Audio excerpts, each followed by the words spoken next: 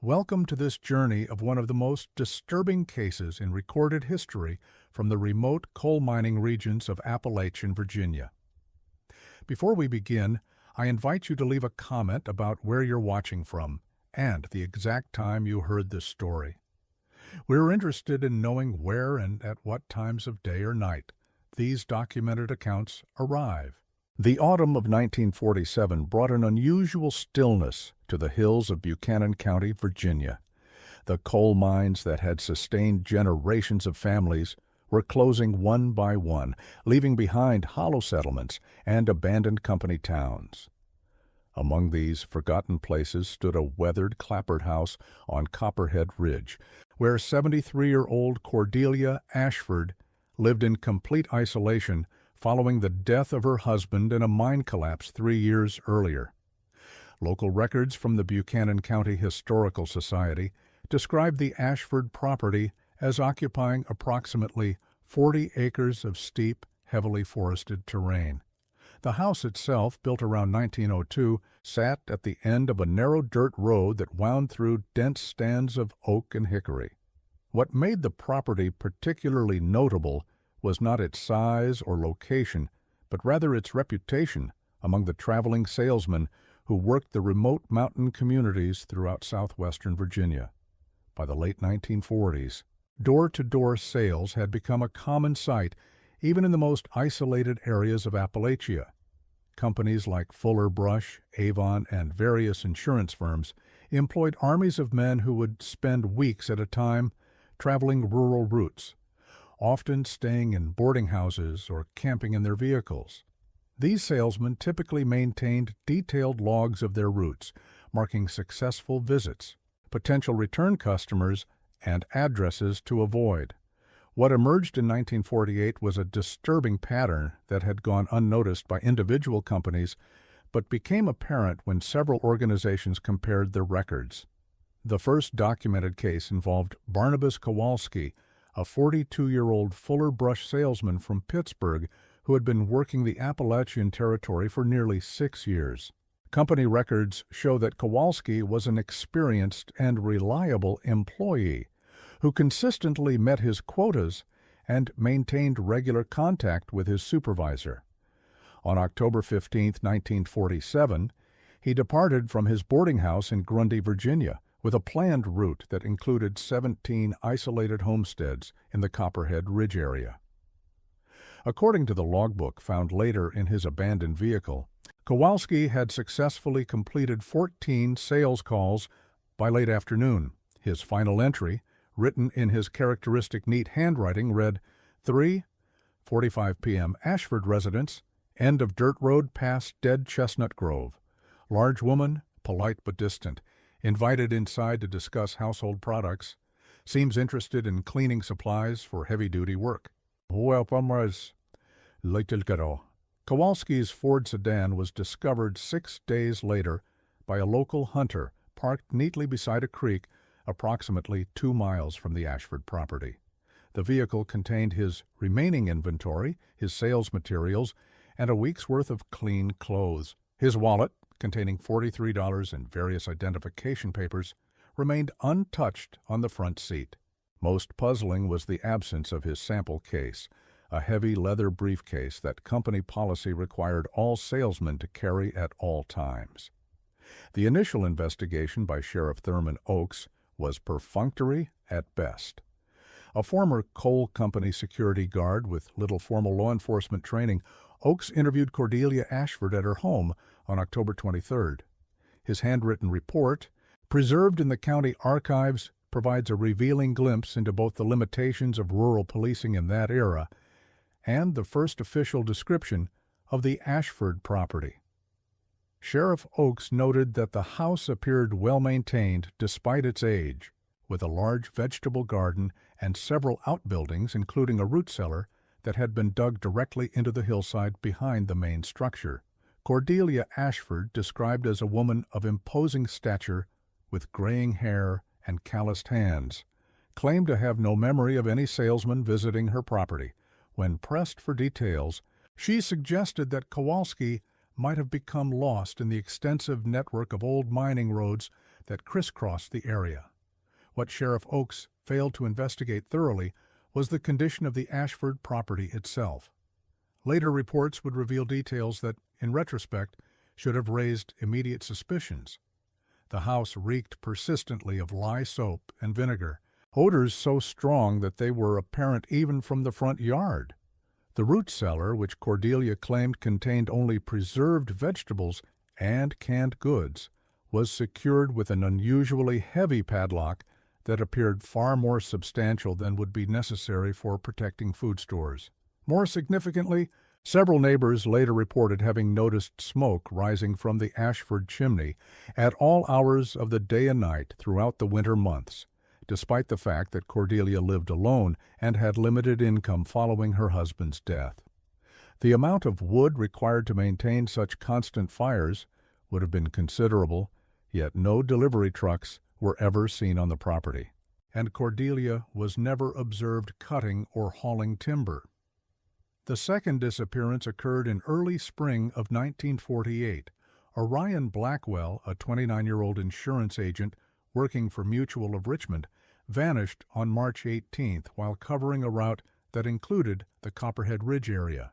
Unlike Kowalski, Blackwell was new to the territory and had been explicitly warned by his supervisor to exercise caution when dealing with isolated mountain residents, some of whom were known to be suspicious of outsiders. Blackwell's case differed from Kowalski's in several crucial details. His vehicle was found abandoned not near the Ashford property, but rather in the parking lot of a country store approximately 8 miles away. However, interviews with the store owner revealed that Blackwell had stopped there in the early afternoon of March 18th, asking for directions to the widow woman's place up on Copperhead Ridge where they mine coal. The store owner, Harold Vance, later told investigators that he had warned Blackwell about the difficulty of the road and had suggested that the young man might want to postpone his visit until he had more experience with mountain driving. What made Blackwell's case particularly disturbing was the discovery of his sample case and paperwork in a drainage ditch alongside State Route 460, nearly 15 miles from where his car was found. The briefcase had been opened and its contents scattered, but nothing appeared to have been stolen. More puzzling was the condition of Blackwell's business cards and policy applications, all of which had been soaked in what laboratory analysis later determined to be a mixture of water and lye soap. By this time, rumors had begun circulating among the traveling sales community. Drivers reported strange odors drifting from the Ashford property, particularly after dark. Several men claimed to have seen unusually large amounts of smoke rising from the house chimney, even during warm weather. Most disturbing were reports of sounds emanating from the property late at night, described variously as scraping, digging, or what one witness characterized as like someone dragging heavy objects across wooden floors. The third documented disappearance provided the breakthrough that investigators needed.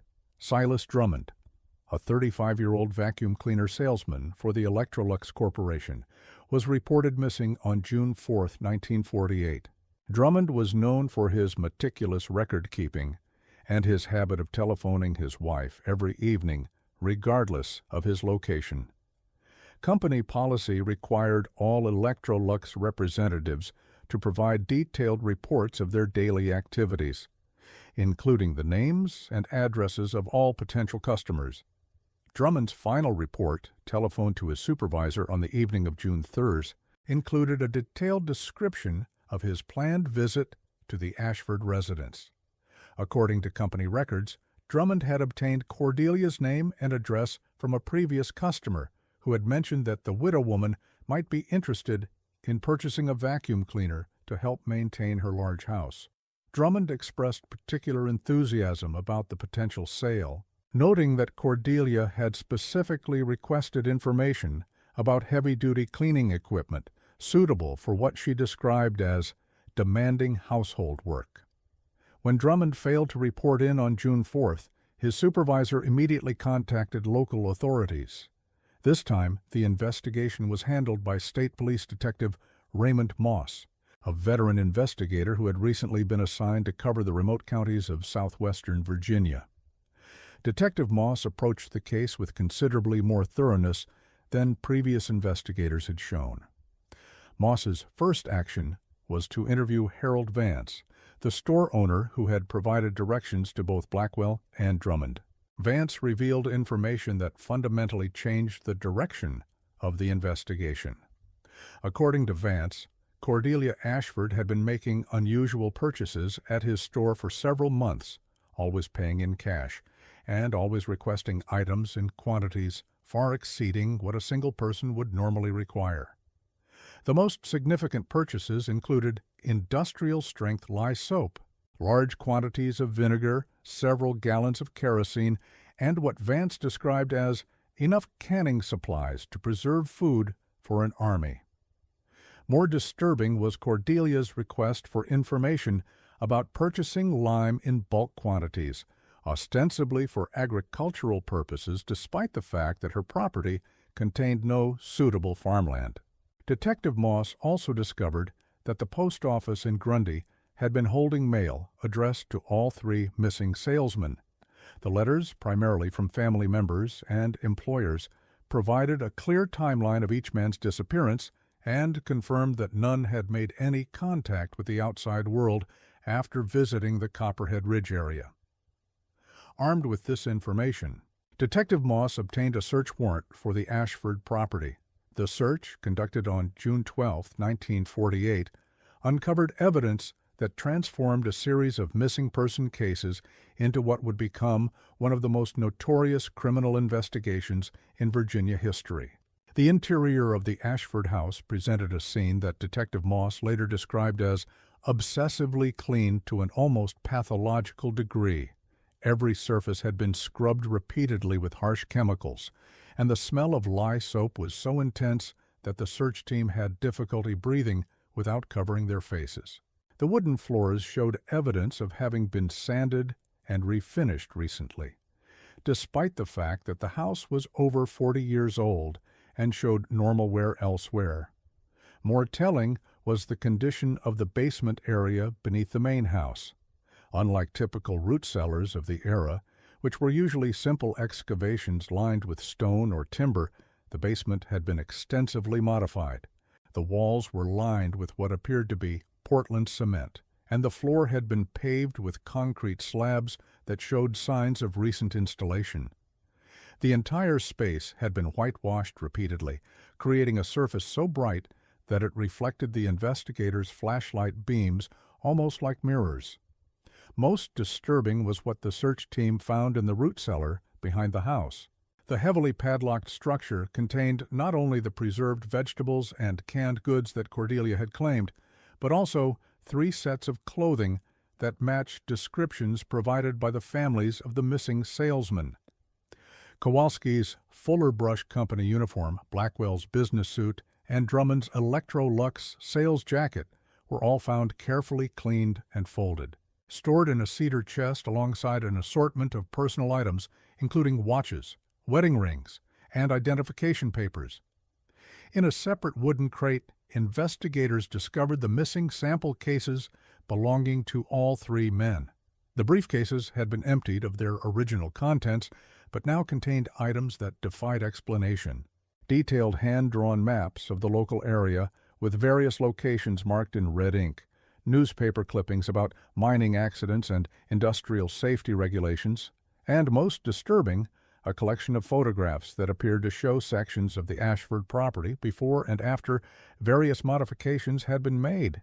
The photographs were particularly significant because they provided evidence of extensive excavation work that had been conducted on the property over the course of several months.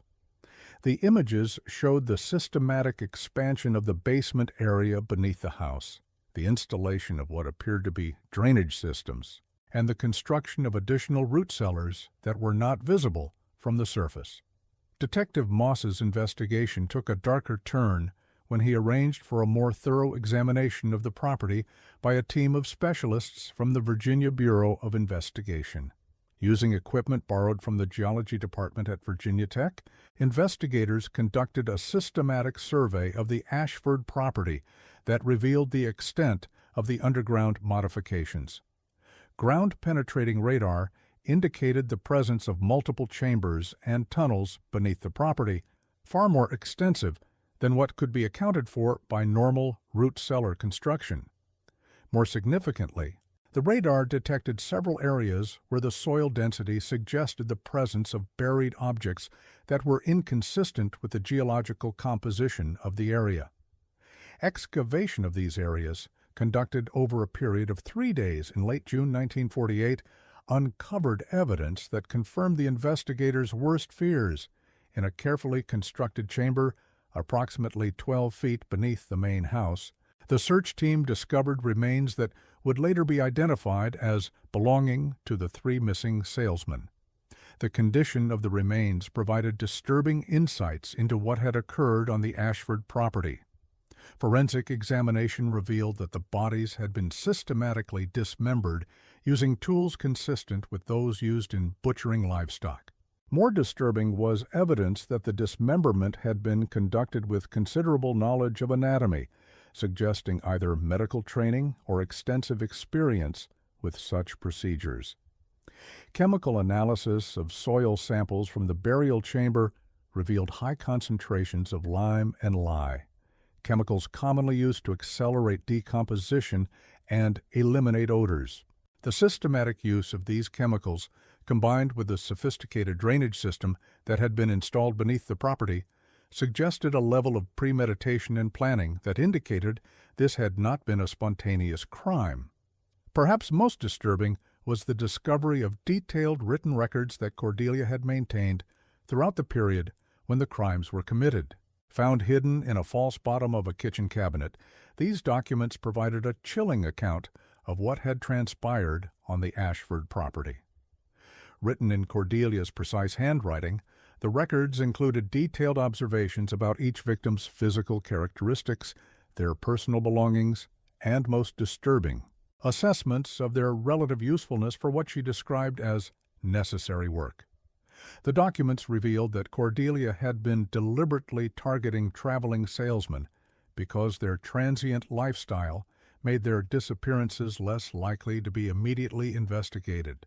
The records also contained references to techniques that Cordelia had apparently learned from her late husband, who had worked as a butcher before taking employment in the coal mines. According to her notes, her husband had taught her methods for processing large quantities of meat efficiently, skills that she had apparently adapted for considerably more sinister purposes. More disturbing were references to what Cordelia described as preparation for winter storage, suggesting that the crimes had been motivated not by robbery or conventional criminal intent, but by some form of psychological compulsion related to hoarding or preservation behaviors that had become pathologically extreme. The investigation also revealed that Cordelia's husband's death in the mine collapse 3 years earlier had not been entirely accidental.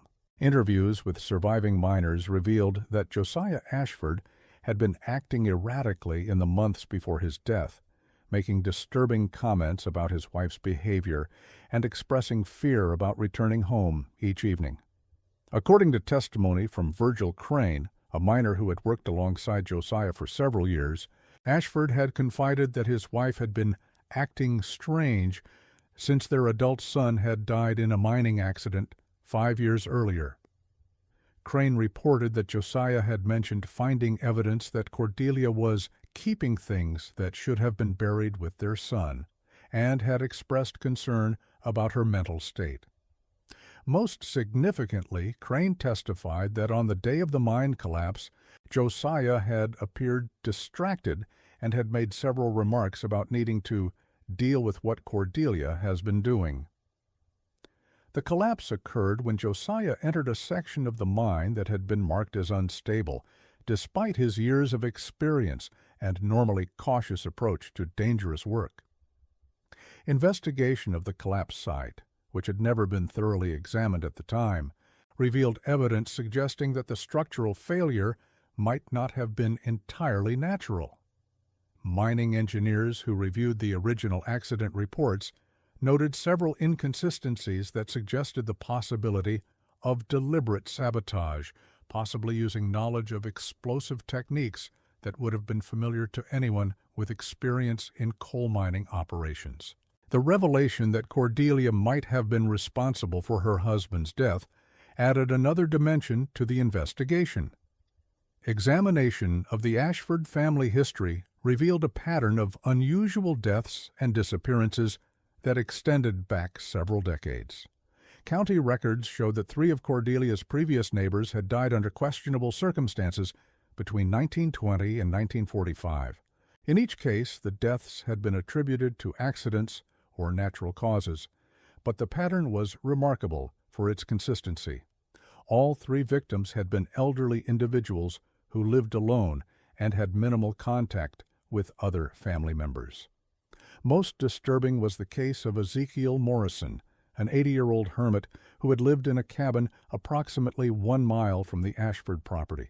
Morrison had died in 1943, allegedly from injuries sustained when he fell down his cabin steps during an ice storm. However, investigation of the original incident report revealed several inconsistencies that had not been thoroughly examined at the time. Morrison's body had been discovered by Cordelia herself, who claimed to have been checking on her elderly neighbor during the severe weather. The condition of the body, however, was inconsistent with the type of injuries that would be expected from a simple fall. Medical examination had revealed evidence of what appeared to be deliberate trauma, but rural medical facilities in 1943 lacked the resources for thorough forensic investigation. More significantly, Morrison's cabin had been systematically stripped of all valuable items shortly after his death. When questioned about this at the time, Cordelia had claimed that she was preserving Morrison's belongings until distant relatives could be located. However, no relatives were ever found, and Morrison's possessions had apparently been incorporated into the Ashford household. The investigation of these historical cases was complicated by the limited record-keeping practices of the era and the reluctance of rural residents to involve outside authorities in what they considered local matters.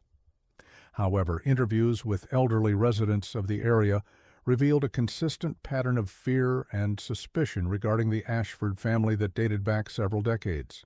Martha Weaver, an 85-year-old woman who had lived in the Copperhead Ridge area her entire life, provided testimony that illuminated the long-standing nature of the problems surrounding the Ashford property. According to Weaver, Cordelia had displayed unusual behavior patterns since her marriage to Josiah in 1918. Weaver reported that Cordelia had always been different from other women, describing her as unusually strong physically and possessing what she characterized as knowledge that wasn't natural for a woman to have. Most disturbing were Weaver's recollections of various incidents involving livestock that had disappeared from neighboring properties over the years, always during periods when the families were away from their farms. According to Weaver's testimony, these disappearances had been attributed to wild animals or theft by transients, but the pattern was remarkably consistent with the timing of various improvements that had been made to the Ashford property. Each time livestock went missing from the area, Cordelia would subsequently be observed making substantial purchases of building materials or undertaking construction projects that seemed beyond her financial means. The investigation also revealed that Cordelia had maintained extensive correspondence with various suppliers and contractors throughout the region, always paying in cash for materials and services that far exceeded what would be expected for normal property maintenance. Analysis of these transactions revealed a systematic pattern of acquiring materials specifically suited for excavation work, concrete construction, and what could only be described as industrial-scale food preservation. Perhaps most disturbing was the discovery that Cordelia had been in contact with several medical supply companies, purchasing equipment typically used in morgues and medical facilities. Her orders included embalming supplies, surgical instruments, and preservation chemicals that had no conceivable legitimate use for a rural widow living alone. When confronted with this evidence during interrogation, Cordelia initially maintained her innocence, claiming that the missing salesman had never visited her property. However, when presented with the physical evidence found in her root cellar, including the victim's personal belongings and clothing, her demeanor changed dramatically. According to Detective Moss's interrogation notes, Cordelia suddenly became remarkably forthcoming about her activities, but in a manner that suggested a complete disconnect from the moral implications of her actions. She spoke about the processing and preservation of human remains with the same matter-of-fact tone that she might use to describe canning vegetables or preserving meat for winter storage. Most disturbing was her explanation for targeting traveling salesmen. According to her testimony, she had specifically chosen victims who were unlikely to be immediately missed and whose disappearances could be easily attributed to the hazardous nature of traveling in remote mountain areas. She described her selection process as purely practical, comparing it to a farmer's decision about which livestock to slaughter for winter provisions. Cordelia's confession revealed the systematic nature of her crimes and provided investigators with a disturbing insight into the psychological factors that had motivated her behavior. According to her testimony, the murders had begun as a response to what she perceived as the impending threat of starvation during the harsh winter months that followed her husband's death. However, as the confession continued, it became apparent that Cordelia's motivations were far more complex and disturbing than simple survival concerns. She spoke about the preservation of human remains as if it were a sophisticated art form, describing techniques that she had developed for maximizing the utility of every part of a human body. Most chilling was her matter-of-fact description of the systematic dismemberment process that she had employed. According to her testimony, she had developed detailed procedures for what she described as efficient utilization, treating human beings as a renewable resource that could be harvested and processed according to seasonal needs. The investigation also revealed that Cordelia had been maintaining detailed records not only of her victims, but also of various techniques and procedures that she had developed for concealing evidence of her crimes. These records included detailed drawings of the underground chamber system that she had constructed, chemical formulas for accelerating decomposition, and even what appeared to be efficiency assessments of different dismemberment techniques. Perhaps most disturbing was the discovery that Cordelia had been planning to expand her operations significantly. Among her personal papers, investigators found detailed maps of the surrounding area with various isolated properties marked for what she described as future acquisition. The maps also included notations about the seasonal patterns of traveling salesmen and other transients who might make suitable targets. The scope of Cordelia's planning suggested that the 3 confirmed murders were likely only the beginning of what could have become a much larger series of crimes.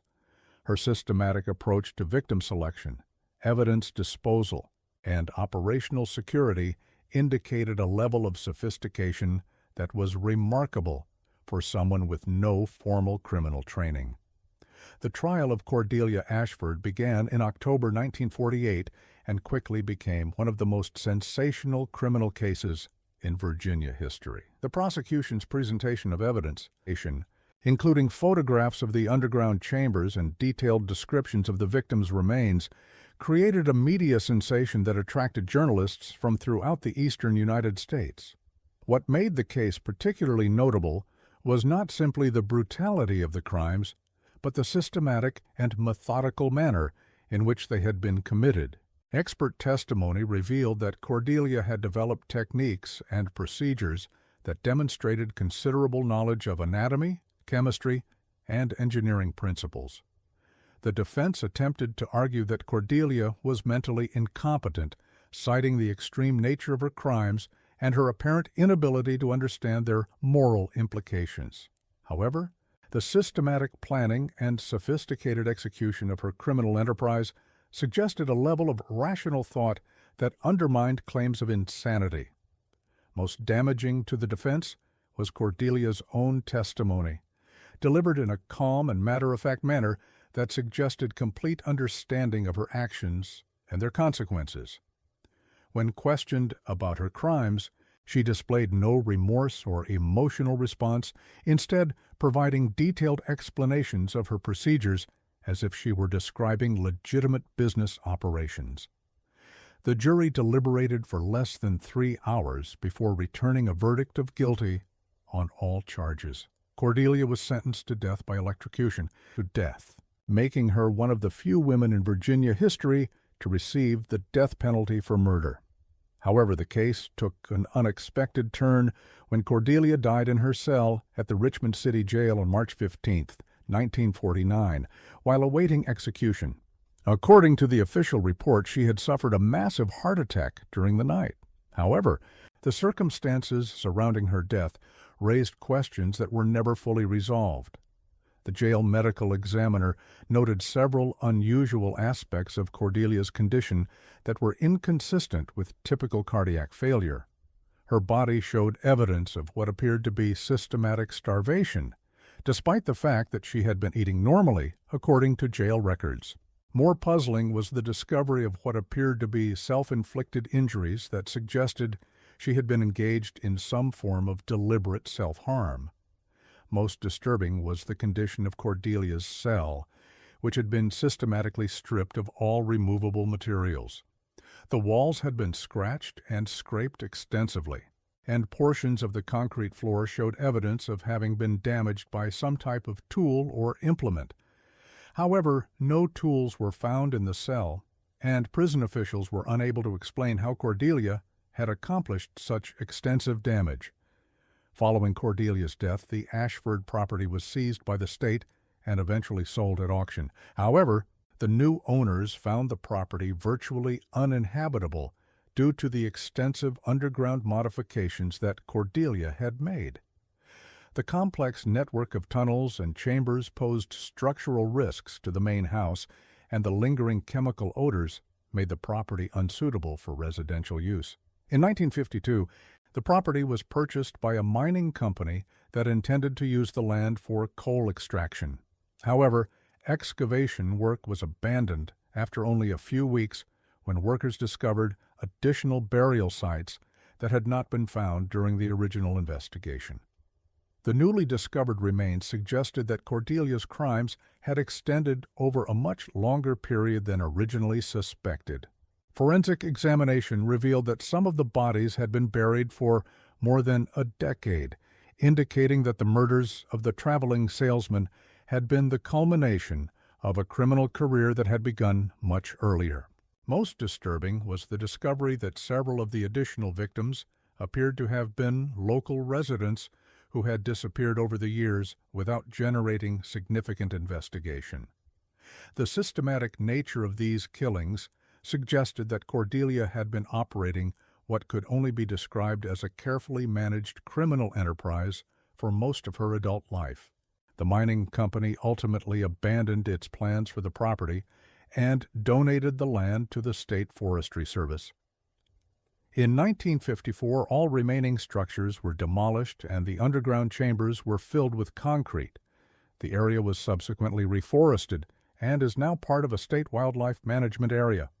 However, the legacy of the Cordelia Ashford case continues to influence law enforcement practices throughout rural Virginia. The investigation revealed significant gaps in communication between different police agencies that had allowed her crimes to continue undetected for years. As a result, the state implemented new protocols for sharing information about missing persons and suspicious deaths in remote areas. The case also highlighted the particular vulnerability of traveling salesmen and other transient workers who often disappeared without generating immediate investigation. Many companies subsequently modified their policies to require more frequent contact with employees working in isolated areas. Perhaps most significantly, the Ashford case demonstrated the importance of forensic examination in rural criminal investigations. The systematic use of scientific techniques to analyze physical evidence provided crucial insights that traditional investigative methods had failed to reveal. Educational institutions throughout the region began incorporating case studies based on the Ashford investigation into their criminal justice and forensic science curricula.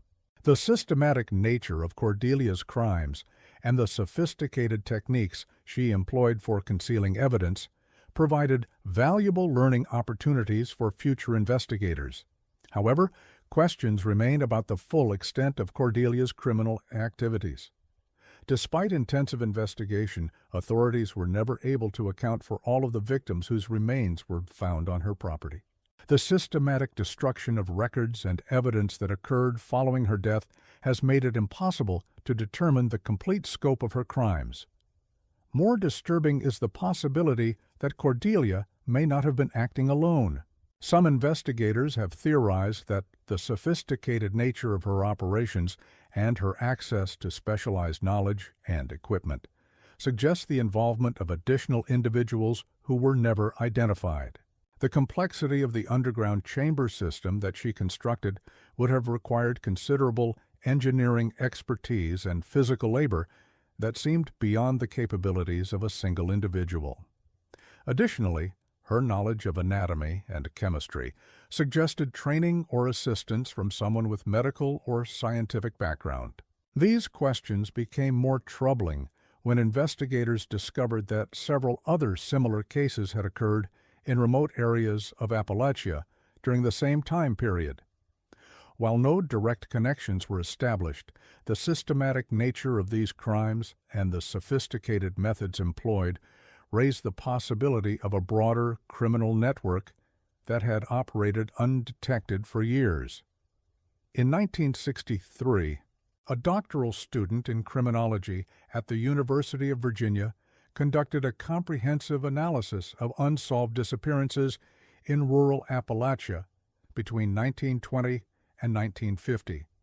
The study revealed patterns that suggested the possibility of multiple individuals employing similar methods to target transient workers and isolated residents. However, the research was never completed due to the sudden death of the student in what was officially ruled an automobile accident. His research materials disappeared shortly after his death, and efforts to reconstruct his work were unsuccessful. The Ashford property itself remained a subject of interest for researchers and curiosity seekers for many years after the crimes were discovered. Despite the demolition of all structures and the official closure of the case, reports continued of unusual occurrences in the area that attracted investigators from various academic disciplines. Geologists studying the area reported the discovery of additional underground chambers that did not appear on any official surveys of the property. These chambers showed evidence of systematic excavation and modification that was consistent with the known construction activities, but their purpose remained unclear. More disturbing were reports of chemical residues found in soil samples that suggested the presence of preservation compounds and other materials that had not been documented during the original investigation. The persistence of these chemicals in the environment, decades after the crimes were committed, raised questions about the full extent of the activities that had occurred on the property. Environmental scientists who studied the area noted unusual patterns in local wildlife behavior that suggested ongoing contamination of the soil and groundwater. Several species of small mammals and birds showed population declines that could not be attributed to normal environmental factors. These findings led to additional investigation by state environmental agencies, but the results of these studies were never made public. Official statements indicated only that the area had been deemed safe for recreational use and that no ongoing environmental hazards had been identified. However, informal reports from researchers and park rangers suggested that significant portions of the former Ashford property remained inaccessible due to unstable soil conditions and potential chemical hazards. These areas were quietly removed from public access and designated as restricted research zones. The broader implications of the Ashford case continue to influence criminal justice practices throughout Appalachia and other rural regions. The systematic nature of her crimes and the sophisticated methods she employed highlighted the need for improved communication and coordination between law enforcement agencies in different jurisdictions. The case also demonstrated the importance of maintaining detailed records of missing persons, particularly those whose transient lifestyle might make their disappearances less likely to be immediately investigated. Many states subsequently implemented computerized databases for tracking missing persons and suspicious deaths across multiple jurisdictions. Perhaps most significantly, the Ashford case provided crucial insights into the psychology of systematic predators who operate in rural environments. The combination of isolation, limited law enforcement resources, and vulnerable target populations creates conditions that can allow sophisticated criminals to operate undetected for extended periods. Educational programs developed based on the case have been instrumental in training law enforcement personnel to recognize the warning signs of systematic predatory behavior and to understand the importance of investigating apparently unrelated disappearances that might be connected to a single perpetrator. The forensic techniques developed during the Ashford investigation have also contributed to advances in criminal investigation methods throughout the region. The systematic use of chemical analysis, ground-penetrating radar, and other scientific tools provided a model for future investigations of complex criminal cases. However, the case also highlighted the limitations of forensic science in the 1940s and the importance of preserving evidence for future analysis. Many of the materials collected during the original investigation were subsequently lost or destroyed, preventing more detailed analysis that might have revealed additional information about the scope and nature of Cordelia's crimes. Modern forensic techniques would likely have provided much more detailed information about the timeline of her criminal activities and the specific methods she employed. The preservation of evidence from historical cases like the Ashford investigation has become a priority for many law enforcement agencies seeking to learn from past experiences. The psychological profile of Cordelia Ashford continues to be studied by criminologists and behavioral analysts seeking to understand the factors that can lead to such systematic predatory behavior. The combination of social isolation, economic stress, and apparent personality disorders created conditions that transformed an ordinary rural widow into one of the most prolific serial killers in Virginia history. Her systematic approach to victim selection and evidence disposal demonstrated a level of rational planning that challenged traditional understanding of criminal psychology. The apparent absence of emotional response or moral recognition suggested psychological conditions that were not well understood by mental health professionals of that era. Modern psychological analysis of the case has provided insights into the development of predatory behavior in isolated rural environments. The combination of opportunity, limited law enforcement oversight, and social conditions that discouraged outside interference created an environment where systematic criminal behavior could develop and persist undetected. The case has also contributed to understanding of the relationship between environmental stressors and criminal behavior. The economic hardship and social isolation that characterized rural Appalachia during the 1940s created conditions that may have contributed to the development of extreme survival behaviors that ultimately evolved into predatory criminal activity. Today, the former Ashford property remains a restricted area within the state wildlife management system. Official records indicate that the land is used for research purposes, but the specific nature of this research is not publicly disclosed. Occasional reports from hikers and hunters suggest that significant portions of the area remain inaccessible due to ongoing safety concerns. Local residents in the Copperhead Ridge area rarely discuss the Ashford case, and many younger individuals are unaware of the area's criminal history. The systematic effort to remove all traces of the property and its associated crimes has been largely successful in eliminating physical reminders of the events that occurred there. However, the case continues to influence law enforcement practices and criminal justice education throughout the region. The lessons learned from the investigation have contributed to improved protocols for missing person cases and have highlighted the importance of interagency cooperation in investigating crimes that cross jurisdictional boundaries. The Ashford case serves as a reminder that the most dangerous predators are often those who appear most ordinary and who operate in environments where their activities are least likely to be detected or investigated.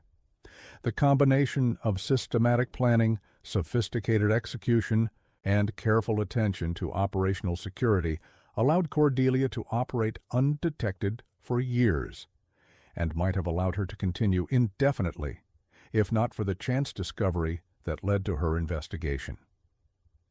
The traveling salesmen who disappeared on Copperhead Ridge were victims not only of Cordelia's predatory behavior, but also of social and economic conditions that made their lives particularly vulnerable to such predation. Their transient lifestyle and limited social connections created opportunities that a systematic predator was able to exploit with devastating effectiveness. The case also demonstrates the importance of maintaining awareness of the potential for criminal activity in even the most remote and seemingly peaceful rural environments. The isolation that makes such areas attractive for legitimate residents also creates opportunities for those who wish to operate outside the boundaries of law and social convention. As law enforcement techniques continue to evolve and improve, the lessons learned from historical cases like the Ashford investigation remain valuable resources for understanding the methods and motivations of systematic predators. The detailed documentation of Cordelia's crimes and techniques provides insights that continue to inform criminal investigation and prevention strategies. The memory of Barnabas Kowalski, Orion Blackwell, and Silas Drummond serves as a reminder of the human cost of predatory criminal behavior and the importance of maintaining vigilance against those who would exploit the vulnerability of others. Their deaths were not simply the result of random violence, but rather the calculated actions of an individual who had systematically planned and executed a criminal enterprise designed to exploit the most vulnerable members of society. The Cole widow's hidden cellar may have been filled with concrete and the house demolished, but the lessons learned from what happened there continue to echo through the halls of police stations, courtrooms, and universities throughout the region. Some knowledge once gained becomes part of our collective understanding of human nature and the potential for both evil and justice that exists within our communities. And perhaps, in the end, that is the most fitting memorial to those who lost their lives on Copperhead Ridge, that their deaths contributed to knowledge and procedures that may help prevent similar tragedies in the future. The silence of the mountains keeps many secrets, but some stories demand to be told, not for entertainment, but for the protection of others who might otherwise find themselves facing similar dangers in the isolation of America's forgotten places.